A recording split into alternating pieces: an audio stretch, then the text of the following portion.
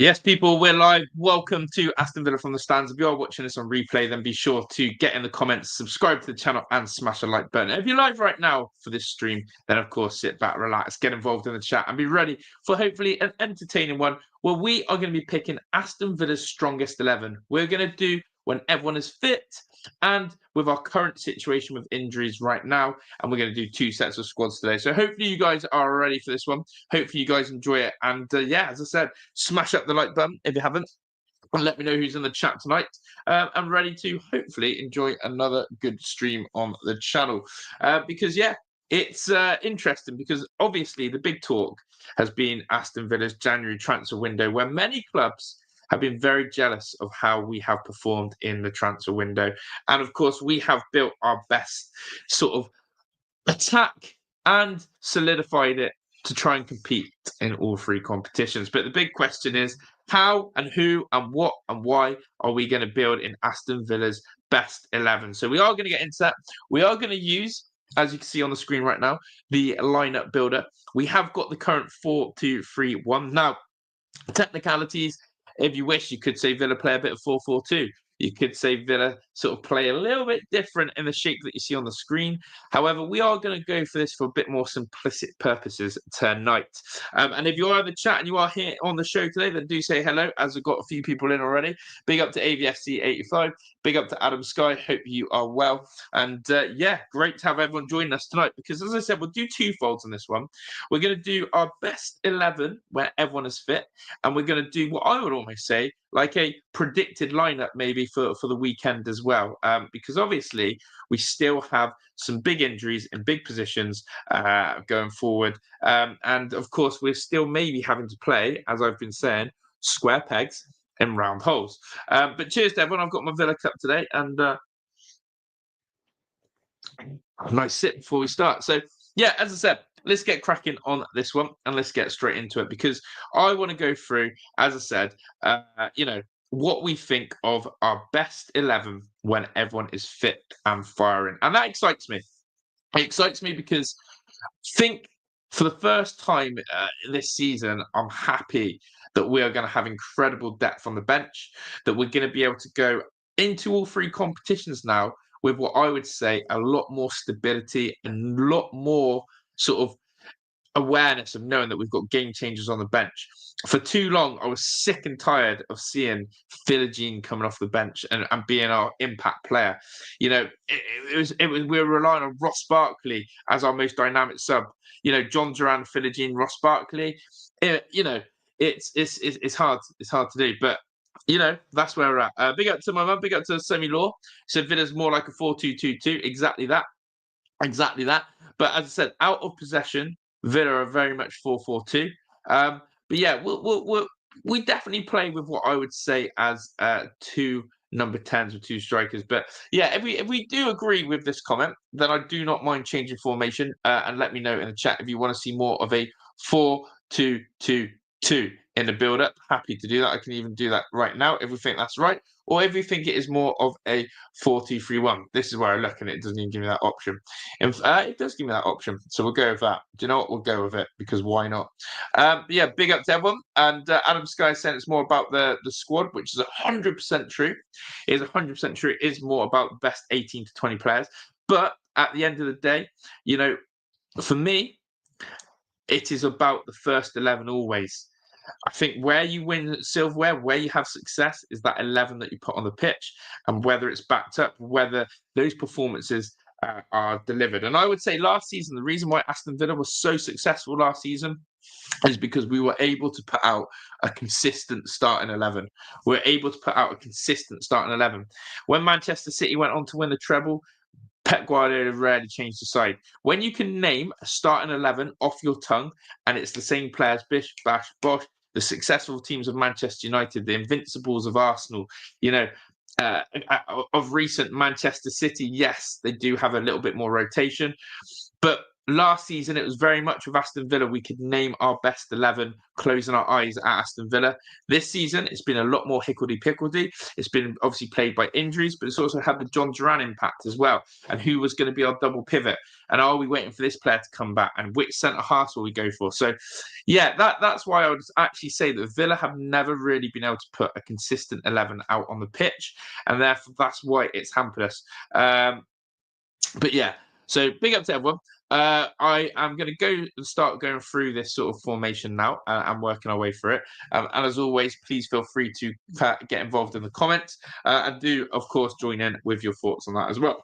But yeah, big up to my dad, Adam Sky, saying we play 3-6-2 or 3-7. This is the thing, right? I do want to make a point on this with formations. I would say formations are a fluid entity. Basically, what you see on the pitch or what you maybe put on a tactics board like this, right, isn't necessarily what you get out on the pitch. You don't necessarily get exactly that. What you do get is a bit of fluidity. And I always say this with a formation. You need a goalkeeper. You need the highest player on the pitch to stand high. You need a bit of width. Everyone else can do what they want. And that's how I see football in a way these days. You need a goalkeeper, highest, a bit of width somewhere, and then players in the middle, you choose what you do. And again, I am going to use Manchester City as that example.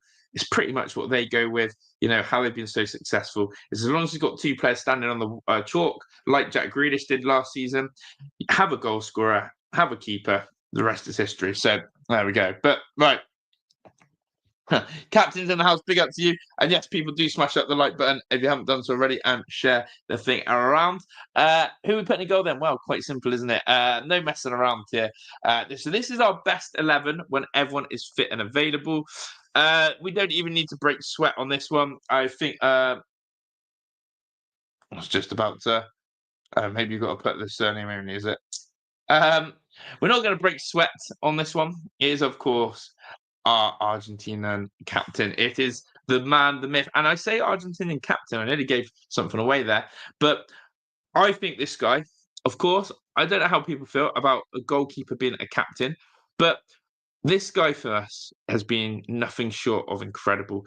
And what I love about this guy, without spending too much time on him, is that what I loved about Emi Martinez is when he has a bad game, when he underperforms, he owns up to it. He stands there and owns up to it.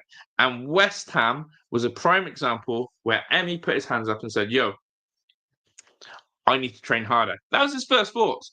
His first thoughts were, I need to train harder.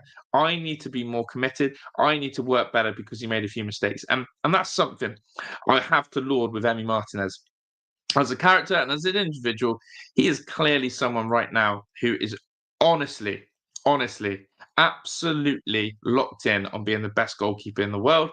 And what we do is always take for granted his goalkeeping saves. We take for granted how many times this guy has kept us in games. And I would say last season was probably a bigger example of that.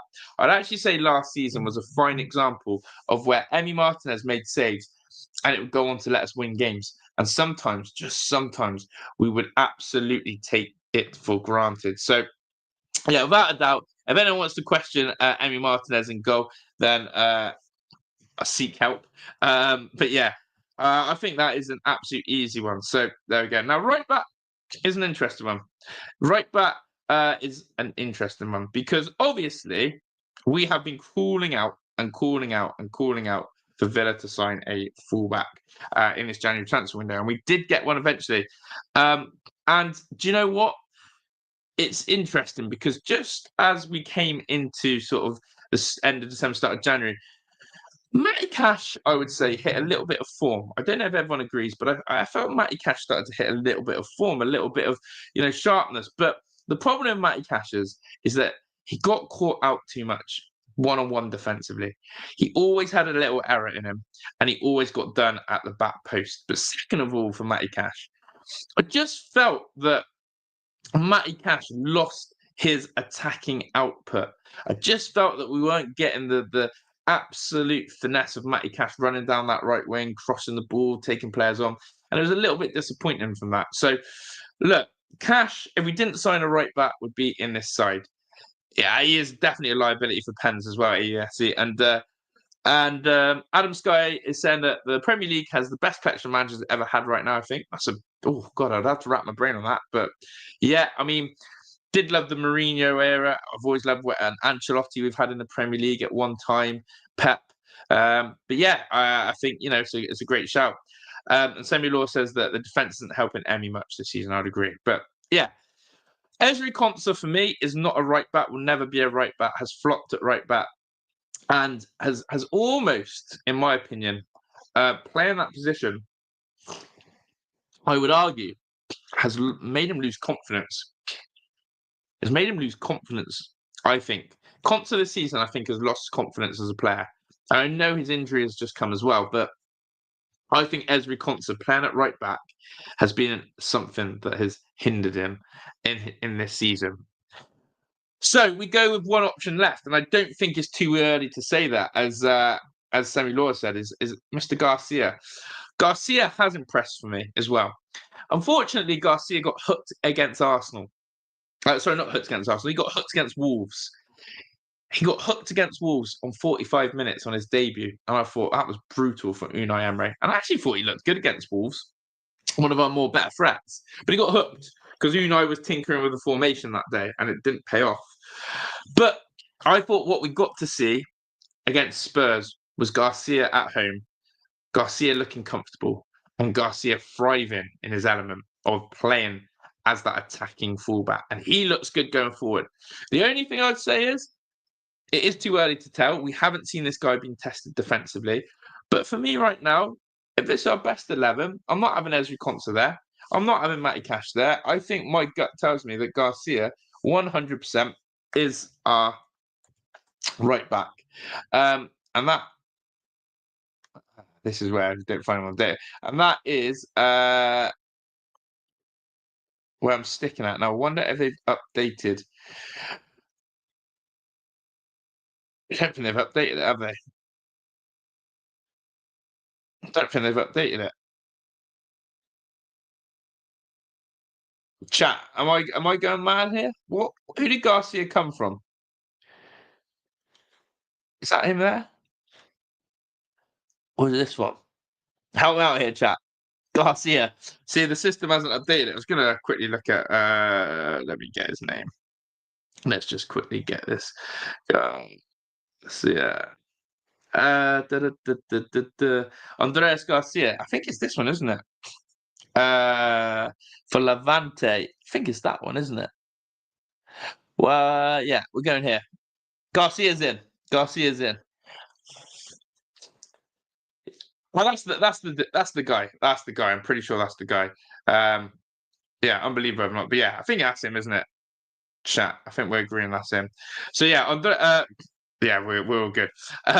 Nearly got done there by this bloody app. So yeah, Garcia goes on at right back. I'm going to go straight to left back because there's no doubt in my mind that Luca Dean has had the season of his life again.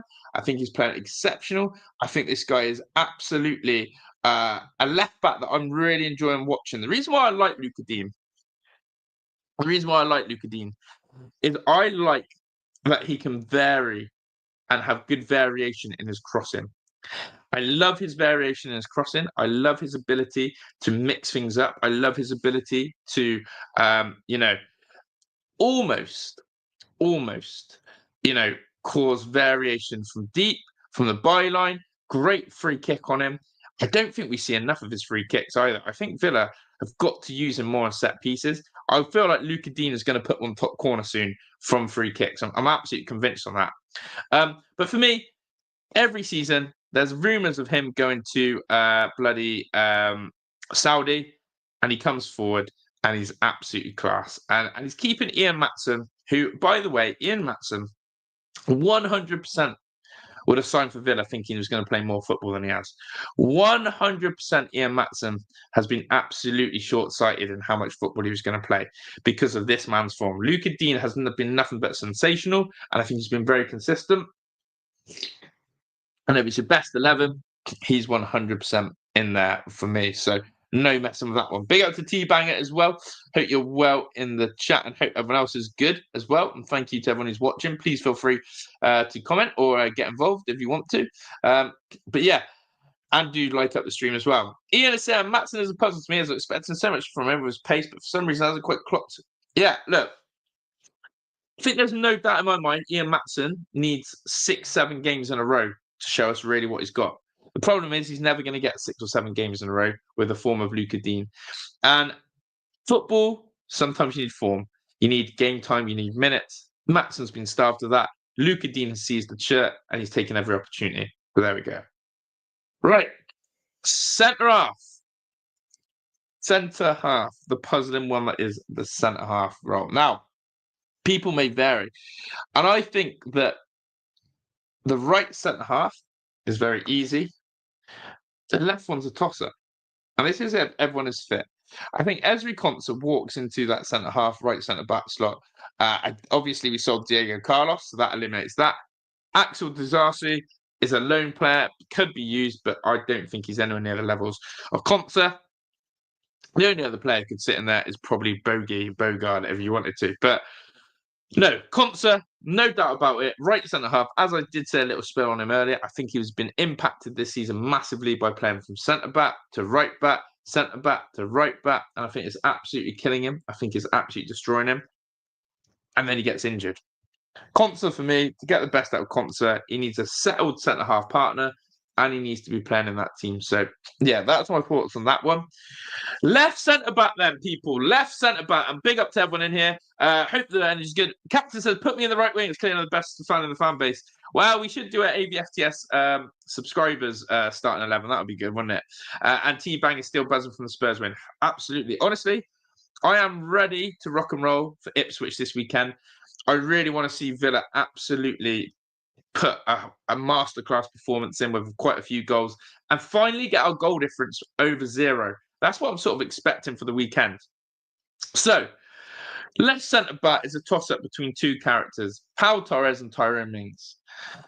I thought last season this would be an absolute country mile difference between the pair. Okay. Pau Torres, country mile clear of Tyrone Mings. However, the more I've watched Pau this season, the more Pau has disappointed me. The more I've watched Tyrone Mings this season, the more he has impressed me. If Pau Torres had Tyrone Mings' defensive ability and physicality, Pau Torres would be one of the best centre-halves on the planet. Pau Torres is one of the best build-up players.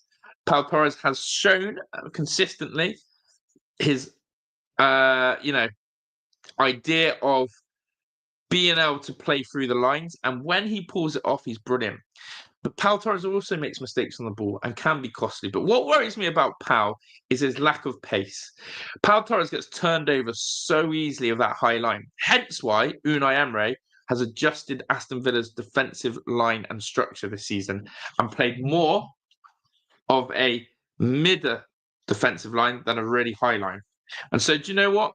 With Pau Torres, you don't have as good as a defender as Tyrone Mings.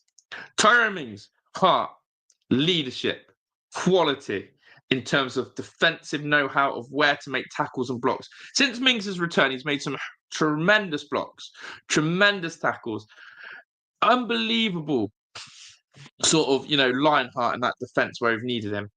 But probably the most frustrating thing is that Mings, we know, is subject to mistakes. Mings is subject to, giving the ball away cheaply, but so is Pau. So the big question is, do you go for the class and ooze of Pau Torres, but lack that, physicality, pace, strength? Or do you go for Tyrone Mings, a Lionheart, someone who gets the club, someone who has absolutely 100% put his body on the line, defensively better in the air? And so, if I had to make a decision for my best Villa 11, with everyone fit and available, and I looked at the way we're going to set up, honestly, I think I've got one person was wrong, and I want to know your thoughts of where you're at. I'll come to the comments in the section, but as I said, this is mine. I think I've got to go for this guy. And I never thought I'd say this last season. I never thought I'd say this last season, but I actually want to see him at centre half. I want to see him. I think Ezri plays so much better alongside him. I think his aerial ability is massive for Aston Villa. Well, I need a leader on the pitch because I've got a captain in goal, and I need a leader on the pitch. So there we go. Samuel also changed my backing is Mings and Powell. Oh, you want to play two left footers now? That is rare. If you went for Mings and Powell Torres, that would be a rare sighting. Now, is anyone actually going with that? Is anyone binning off Concert and going two left-footed centre backs? But yeah, hindsight is right. We did get overconfident at Ipswich and we lost out. But yeah, to Matty Parker, he says, even Josh, don't think Matson's done anything wrong. Just that Dean has been outstanding. Absolutely. I'm buzzing to see you still a member, Matt Parker. Big up to all the members on the channel, by the way. I really do appreciate all the members here. And thank you for the 15 months. That's absolutely class from you, my friend. Absolutely class. And yeah, that's a really hard one. As I said, I genuinely believe a couple of years ago, I would have never, ever, ever picked Mings over Pau Torres. That's straight facts. I don't think I would have ever picked Mings over Pau Torres. By the way, the link I just put in the chat is for, and I'll pin the comment as well, is for a membership. If you want to grab a membership and be part of the AVFTS clan, then please do so. But yeah, never did I think Tyrone Mings would go in there over Pau Torres, but lo and behold, I've done it. And that's how I feel. Is anyone good? Mings can't stay fit. It's Pau for me. Fair play, Matt Parker. You know what? I am there with you as well on that one. Mings for his air ability, he can long pass it almost as well as Pau. Agree. Captain says definitely leadership qualities of Mings, but as I said, he does have a disaster every game. It's a hard one. T-Bang says, I agree, but I agree about Powell. He lacks that raw recovery speed, but going forward, he definitely gives us much more. It's a sacrifice defense for attack with the other around. I think it depends on our opponents. So I agree on that sense. I do agree on that sense, depending on opposition. But I think this is where, in my head, Aston Villa are building a 6-man attack and a 4-man defence. And therefore, I want my 4 best defenders in the side. And I think Mings is a better defender than Powell. It's like the John Stones conundrum, right? That's how I see it, like John Stones. If you want your centre-halves, if you want a team of defenders who are going to play out from the back, John Stones is your number one. But would you pick John Stones for a big Royal Rumble? Would you pick John Stones, right, to play away at Goodison Park, like we saw Liverpool the other night, with Big Beto and Decore up front and Everton shelling the ball? 100% no. You would not put John Stones anywhere near that lineup. But you know what you would? You would have a Harry Maguire. And that's that sort of debate, isn't it? Harry Maguire, for me, is absolutely suited for a lot of games you play. But there's also some teams you'd never have Maguire for. And it's whether you like a raw defender or not. But moving on to midfield then. I think these are the 2 easiest positions to play. And that is true. 2 right footers, absolutely. And we've seen that, haven't we, recently? Easiest positions to do. Okay, this guy has been absolutely seamless. We absolutely missed him in January last season where he got injured and we didn't have him for the rest of the season. And he's come in and done an incredible job. He's done the centre-half role, incredible for us. We've been really grateful that he's filled in and done that well. And yeah, let's just get him back in his best position. Let's get him in that position where he can screen that defence, where he can absolutely go and support the defenders, but also he's so good on the ball. I think that's one thing that we probably overlooked with Kamara is actually how good he is on the ball. Big up to my man Sean, top left back, top bomber on forward. Big up to you. Hope you're well. I really appreciate it. And guys, do share the love by smashing the like button and share the stream around as well. 6-man attack, bro. I love that. Sounds great. Exactly what I'm thinking. And I'm telling you, Kamara, though he is seen as a defensive midfielder, holding midfielder in that double pivot, Kamara, his range of passing, his ability to aerial duels, his ability to have ground duels, his ability on the ball, he is the start of what I would say our attack. And he is excellent at what he does, really is. And so no doubt alongside him, now someone might change their mind, but this guy for me has been a little unsung hero as well. Mr. Versatile, Mr. Yuri Tillemans. Very, very versatile. We've seen him play in that front 2. We've seen him play in that double pivot. We've seen him have a range of roles. And he's Mr. Versatile. He's caught my eye this season. He's a player that I really am appreciating wearing the claret and blue. And again, what people forget is, with Yuri Tillemans, is that he has, again, a very, very big range of leadership experience. From playing at Monaco, but also being one of Anderlecht's youngest ever captains. And I want to see Yuri maybe be able to thrive a little bit more in a captain role. And maybe he is a future Villa captain. Who knows? I'm pretty sure he wore the armband for Leicester City, correct me if I'm not, or am I wrong with that? But this is my big but. This is my big but. Aston Villa spent 50 million on a certain man, and he's not making our best 11. Now, I want to know, is there anyone out there who has Onana in this best 11? I want to know. Real talk. I want to know. Has anyone got Onana in their best 11? Or are we absolutely saying he doesn't get anywhere near it? And that is where I am a little bit upset, because we spent 50 million on someone who's not getting in our best 11. And I do wonder if Onana ever gets in there. I really do. Matt Parker said, Tillemans probably gets my player of the season so far. Great shout as well. Les and Jamie's in the chat. Big up Les and Jamie. Hope you as well. Captain says, I do, yeah. Who for them? Who are you taking out? Who are you taking out, hindsight? Who are you taking out? Who are you putting Onana in for instead? Ian said, I'd have McGinn besides Kamara to cover the lack of physicality out of the pitch. What you lose in terms of this is through ball price you get with Senso further forward. Interesting one. Interesting. So you would play McGinn and Kamara as opposed to no Yuri Tillemans. So it's interesting. Some people have not got Tillemans in there. I think Yuri's 100% in my Villa team. Can't see. The only other thing you could do is you could play Kamara and Onana, and then Yuri plays the next position in that second box, a little bit higher behind the strikers, or he plays in the front two. That's why I call him Mr. Versatile. But the team that I'm about to create, I can't see any other scope for it. But Sean just said, can't believe it just turned into, yeah, I've got a big butt. I did think that actually when I said it, Sean, in my head, I was like, that's a little bit, a stitch up there. So there we go. But yeah, big up to you guys, and thank you to everyone in here. Just run up the likes, 27 likes. Let's get to 30 likes, people. Smash that like button. Onana, I think, will be that physical presence beside Kamara in a year, so I think it just needs time to develop.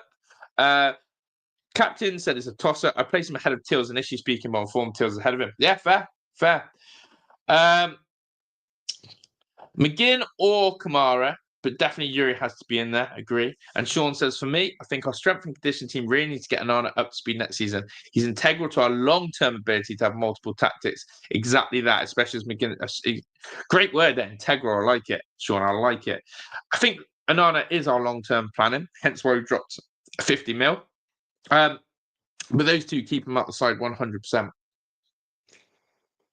So I don't like this formation because it doesn't quite work for me how I want to see it. So because it's not quite how I draw it as such. But let's go for it. Okay. Right. The next two then. Okay. For me, you have options here now. In fact, before we start going for it, these are the options. Okay. These guys here, in and out of possession, either come out wide or they invert in. Depends how Unai likes to play. Sometimes he likes one stood out wide, and that's what I'd probably say, is that sometimes he likes one stood out wide and two inverted in. So what I am going to do, just for simplicity, actually, I am going to go back to my original formation. And the reason why I'm doing that is I think it shows it a little bit more clearer of where we're going with this. So let's start here, the left wing position. Now, if you watched my video earlier, okay, the left wing position is a really fascinating one because Jacob Ramsey has all of a sudden found form again. Jacob Ramsey has gone to Unai Emery. Hey, are you going to drop me or not? And I'm thinking, all right, JJ, you like a bit of competition, do you? Because you know Rashi's here. And let's remember this, the point I was making. Jacob Ramsey is a permanent player. Marcus Rashford is a lone player. But this isn't about feelings. This isn't about whose feelings we're going to hurt in football. This is about Villa putting their strongest, best 11 out on the pitch and winning games of football, ultimately winning the FA Cup, ultimately winning the Champions League. That's where I'm at. All right. So my best 11. So as much as Jacob Ramsey's form has been excellent, I still believe in Marcus Rashford, and I still think there is a player in Marcus Rashford that is ready to show the world that Manchester United got it so wrong with him. And I think we're going to have an unbelievable player here in Marcus Rashford. And that is why Rashford, for me, is going to be on our left side and dismantling Jacob Ramsey from the starting lineup. Now, let me know if there's anyone on the side who'd rather have Jacob Ramsey in their strongest best 11. Is there anyone who's not a Marcus Rashford fan, who's lost faith in Marcus Rashford, does not believe in the Marcus Rashford project? Then do let me know. But as hindsight has said, and Ian, is that, Rashford showed something. He absolutely showed something to us the other night against Spurs. And he, for me, takes that position. Now, that was the easier one, because I think it gets harder. It gets harder. And I'm going to come to the comment second. But the next position gets harder because ultimately, this position here has been Morgan Rogers in a nutshell of when he's cooked. When we've had injuries out here, Rogers has had to go out there, and the likes of Tielemans and McGinn have gone in here. Now, you could have in this position John McGinn. You could have Morgan Rogers. But I think there is only one man now who can take that mantle here. There's only one man who can come in here and absolutely cook for our season. And I think that's where he's got to go. And I think, therefore, Morgan has to make do. And Morgan has to readjust. And so Ian said, I feel sorry for Ramsey. Absolutely, I get that. So, but I think it's this pace that Rashford would take. We have badly missed that electric pace. Yeah, we love Rashford's pace. Sean says, I have a feeling Barks is back to Everton for a swine song season. Yes, versus Ipswich, I want him available, so he gave down in latter minutes if he wasn't injured. I love Ross Bartley, and I love how he's turned his career around at Luton and come back and revived himself, and that's hungry. He's fit. He scored some big goals for us. Nothing but praise for Ross Bartley. Leslie Davis says people lost faith in Tielemans as well. Look, as that turned out, agree. JJ has to be consistent now for the whole remainder of the season. Unai's ruthless and won't stand for 6 out of 10. Yeah, and even that's probably 7 out of 10 is probably what we won't stand for. He said as individuals and as collective, it has to be bang on. So in here, we didn't get this guy for no reason. We didn't get this guy for no reason. Now, if you want to see Asensio in the cam, you could. But I'm sort of thinking, actually, that Asensio has done a job. Oh, gosh. Oh, no. Oh, look, you can move the players around. This is sort of what our team is going to be like then.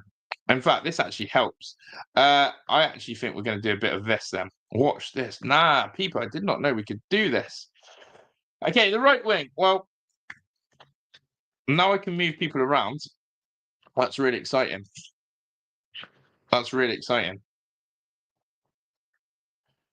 That's our team. This is our team, basically, with an imbalance like that. Maybe in a half space here, but it's not out and out. It's not out and out. I actually think we're a little bit more like that because you're not going to have Asensio doing a Leon Bailey. You're not going to have a Asensio doing a Leon Bailey, which is hugging the touchline. Donny Mallon as well would do what Asensio is playing like there. Leon Bailey has become what I would say our third choice right winger now. You've got Asensio, you've got Mallon, and now you've got Leon Bailey. Yeah, and I just basically see us playing no right winger now.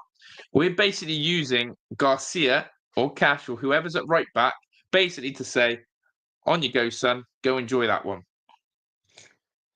And that's how it panned out against Spurs for the last 30. Yes, Asensio drifted out wide a little bit, as did Rogers. As with Rogers, he drifted out wide a little bit. But basically, Asensio and Rodgers are going to have a free roll, with Rashford making sure he maintains the width on the left. Luca Dean, we're going to probably see invert a little bit more. I actually think we'll see Luca Dean come inside a little bit more, as Rashford likes to stay on the outside. But Garcia's 100% going to be on the outside on that flank, 100%. So there we go. And remember, this is our best 11 if everyone is fit and available. So there we go. Sammy Law says it's like 3 cams in formation. It is. Interestingly, Matt Parker said I put Rashford up front. Is that with everyone fit and available? And what, Ramsey on the left? Interesting. T-Bang said my best 11 will be to play 4-2-3-1, but then we've got a diamond midfield with 4 at the back, 1 sitting, the other going forward to make a diamond. He does that with a box. Unai plays a box. Oh, yeah. I mean, Leon and JJ would accelerate their game if they learned from them. 100% sure. But yeah, I think it's great, Ian. I think that front three will cook. I like it. And so, look, if John Duran was here, this would be the position we'd argue all day long about. If John Duran, by the way, I don't know if anyone's seen, he scored another goal in Saudi Arabia against Al Hilal.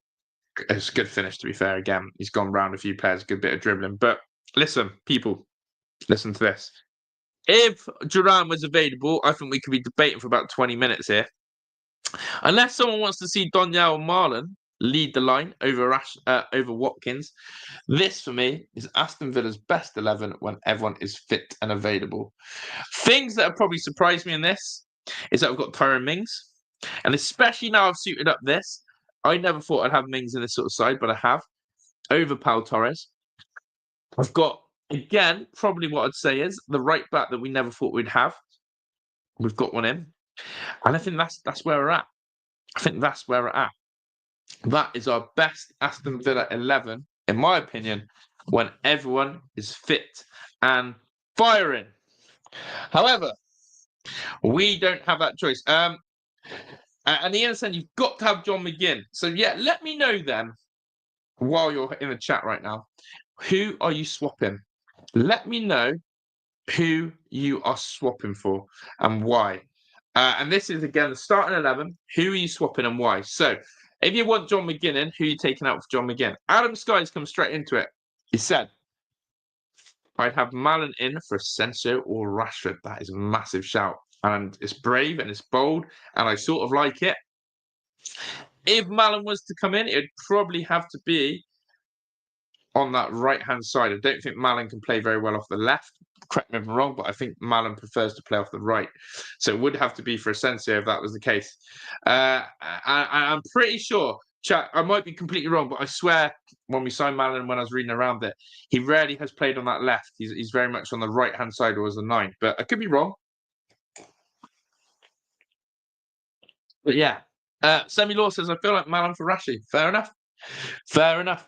As I said, this is the beauty of these things. Everyone's got different interpretations. Everyone's got different lineups and how they feel about it. So, yeah, that for me is where I'm going with. McGinn is a constant reminder to work hard and keep the flair players honest. He has a place and a crucial role. But that's the thing. Who for, Sean? People are saying they like McGinn, but who is coming out for McGinn? That's the big question. Who is coming out for McGinn? So while you're telling me that, or if you're changing, and Ian has gone straight in McGinn for Tillemans instead above, more physicality, better breaking the line, better breaking up play, better finding players in space, better. I like it. I like it. You're going straight in there, Ian, and I like it. You can justify your reasons of why you want it. So fair play to you, and I respect that a lot, Ian. I respect that a lot. Ipswich then at the weekend. What do I think the lineup will be versus Ipswich? I'm going to show you now. I think the lineup versus Ipswich is going to be the following. I've got to try and edit this, have I? I don't know how to change it. So we know that he's... How do I change? Oh. Okay. Maybe I can. If I... Yeah. Remove. Okay. So I actually think we're going to see this again on the weekend. I think we're going to see him. I got it wrong. I need to swap these two, don't I? I need to swap. And then, okay, I think this is roughly what we may see at the weekend. I think we're going to see this.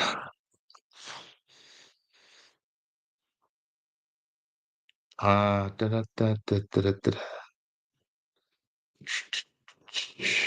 Sorry, just blitzing through it. Da, da, da, da. This is what I think, not what I would play, but this is what I think Unai is going to play at the weekend. Does anyone agree or disagree? I think this is what Unai is going to go at the weekend. Emi, Garcia, Bogard, Kamara, Luka Dean, McGinn, Tillemans, Asensio to get a start with Rodgers, Jacob Ramsey being Mr. Undroppable, and Donny Mallon. What are people's predominant thoughts, feelings, and emotions on that? And being our lineup against Ipswich this weekend. Disasi. Damn. Forgot about him. See, I forgot about him. And do you know what? I still would play that lineup over Disasi. No, that's true. Did not think about Disasi. Maybe for Bogard then. Yeah. Yeah, that is true. Maybe Disasi for Bogard. Maybe it is that. This is what I think Unai will do. Now, someone's... sorry, I didn't see who put it in the chat. Who said he'll probably play Leon Bailey? Matt Parker. Honestly, Matt, if he starts Leon Bailey with the likes of the players that we have available, I'll be fuming. I'll be absolutely fuming if Leon Bailey starts. Fuming. I actually will be really pissed off if Leon Bailey starts and we've got Rashford and Asensio on the bench. I'd even rather see Rashford play right wing, who hates playing out there, than Leon Bailey starting. So, do you know what I mean? Madness out there. So that's what I think it'll be against Ipswich with Disasi in there, which would be interesting. We're at home. It's a no-brainer. We have to go attacking. We have to go light up Villa Park. We have to get on the front foot. And we have to make things happen. 100%. Delap versus Disasi round 2. Oh boy. Delap's a great player as well. He's an absolute handful. Absolute handful, isn't he? And probably will get a big move in the summer. But chat, nevertheless, that is where we're at today. That was a quick fun to do. I think, people will always be split on opinions. I think McGinn is still a massive fan favourite. I think a lot of people still believe McGinn has a massive place for Aston Villa and for where he should be. And I do agree on that as well. I do agree. And I do like a captain on the pitch, but who knows? Who knows? But yeah, we are going to wrap up. As always, a little bit of a shout out. Our watch along this weekend will be on Big Up only. We're going to be going back to a Big Up only stream because it's 3 p.m. and to use a tactics board. And so I just want everyone to make sure that if you haven't already, make sure you signed up to the account on here. I've put the link in the chat right now. Go sign up to the Big Up. Click the link. It takes you 30 seconds to a minute to sign up. Come and join us for the watch-alongs in there. They've now got something called Big Bucks, which is the same as Super Chats, which is pretty cool. So I'm excited to see if anyone uses them. But we have Big Bucks on there now. And yeah, that's where we're at. It's all changing nicely on Big Up. So if you are ready for the watch-along, which is Saturday 3 p.m. Ipswich, and you love the watch-alongs, then it will be Big Up only on the weekend. So please sign up. You'll get an email notification when we go live. Do not miss out on the Big Up. I need you there for it because that's where we're at. And so yeah, I'm gonna try and keep and Potaz says I keep missing the watch-alongs. Well, Po, get locked in on Saturday 3 p.m. UK time. We're kicking off. We'll be on Big Up. You don't want to miss it, people. And as I said, we're on 255 members. Next goal is to hit 300. I want to keep building up on there. And those of you who've used Big Up before will know that actually the platform is growing, it's improving, there's new features, it's getting better and better, and I can't wait to use it again. So yeah, please do sign up to the Big Up. I'm going to spam the link a few more times. If you've got nothing else to do tonight, if you want to make someone happy, then sign up to this account. If you keep hearing me and saying it, and you've avoided signing up to this Big Up account, and you've avoided and avoided and avoided, then there's no reason to avoid tonight. Get on that Big Up. Come sign up to us. We'd massively appreciate it, people. But yeah, hope everyone's well. Hope everyone's good. Really enjoyed doing that. Good interaction in the chat. And as I said, take time on that. Big up to Potaz, the final boss, Sean, T Banger, Semi Law, Matt Parker, Ian, Adam Sky, your contribution, Matt Parker, Hindsight, T Banger. Your contributions have been great in the chat tonight. I've really enjoyed it. Thank you so much to everyone who else is watching, even if you're in the background and you just listened in. And as I said, there's no excuses. Make sure you get on the Big Up. And big up to Heidi if she's listening at work tonight. I hope the medal round is going well. But yeah, guys, appreciate it. Sign up to the Big Up. We will be doing the watch along 3 p.m. on Saturday. You don't want to miss it because it's going to be a Villa domination in the location. We're going to absolutely go hammer and tong at Ipswich. I've got that feeling. I've been excited for the game ever since the FA Cup draw. I don't know why. I'd bring on the Villa. So there we go. At the Villa, says Adam Sky, bless Josh at the Mighty Villa, says T Banger. Hopefully see you all for the watch along on Saturday and stay posted for any content. I'm out of here. Don't forget, sign up to the Big Up. I want to see 260 members. You lot can make it happen. Big up, big up, big up. I'm out of here. Ta